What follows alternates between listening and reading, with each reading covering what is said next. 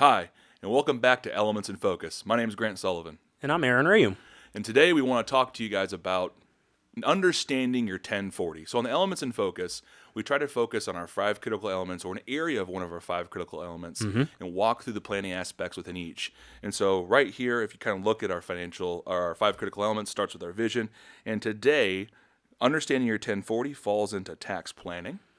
And so, Aaron, when we're looking at a 1040, or our family's looking at that, number one, how do we read it? But let's start with why it's so important to understand in the first place. Yeah, Grant, that's a great question. I'll give you some genesis about why we want to look at that. If you told me 16 years ago when I started in this industry I'd be focused on tax planning, I would have laughed at you. Right. But after being here at the Financial Enhancement Group for 6 years, it's a heavy focus on what we do. And it is, everything we do circles around those five critical elements.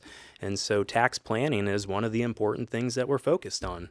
Yeah. And the reason why is because there's so many decisions that could be made in good interest or bad interest. You just have to be on the right side of it, right? 100%.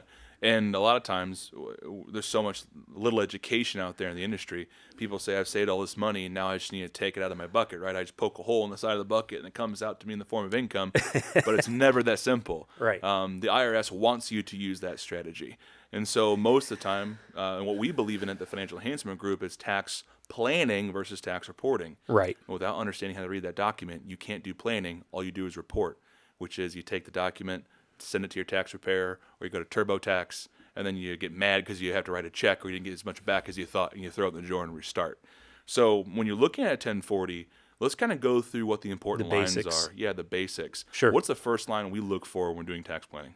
We want to know what your adjusted gross income is. People reference that as AGI. It's basically a combination or an addition of all of your income sources. So money coming in from work or W-2 wage, pensions, social securities, all of that stuff is added into your adjusted gross income.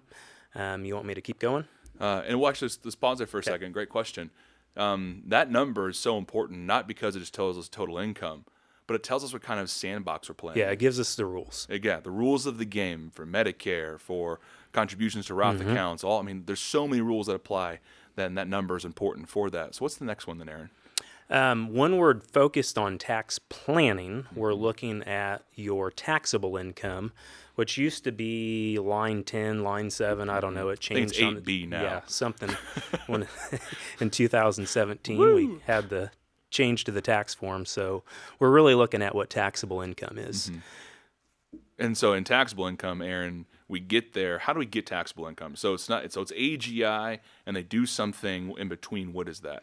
Yeah, in the simplest form is it's taken off your standard deduction. So if you're married filing jointly this year in 2021, your standard deduction is $25,100. And then if you're over 65, you get an additional $1,350 per person, or your itemizations. And so if your itemizations total more than your standard deduction, then you would itemize. And some of the big itemizations would be medical expenses over a certain adjusted gross income percentage, your state and local tax, the SALT tax, that's capped at $10,000, mortgage interest, charitable contributions. If those total more than the 25-1, most likely you would itemize. Right. And at the time of this recording, it's 2021. So as tax laws change, obviously those numbers get adjusted. Sure. One thing, looking at that total number, once we have that, then I think for our team, we really begin our tax planning. Correct, because when we figure out what your taxable income is, as Grant mentioned earlier, that allows us to know what sandbox we're actually playing in, so where your dollars are going to fall on your return. Right. So important when looking at your 1040. So this is just the tip of the iceberg when we're addressing this. This is how you read it. This is the stuff you look for. But again, adjusted gross income, what are the rules of the game? What are your deductions, itemized standard? And then again, what's your taxable income? So what's the tax sandbox we're playing in at that point? If you ever have questions about how to reach a 1040 or what to do next from there, please reach out to our team. Aaron, how can they find us? They can go to our website at yourlifeafterwork.com. That's www.yourlifeafterwork.com. Or give us a call at 800-928-4001.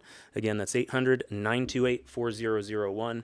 If you have questions, please reach out to one of us on the advisor team or someone in the office, and we are happy to help you at any point in time. Thank you for your time, and we look forward to seeing you again soon.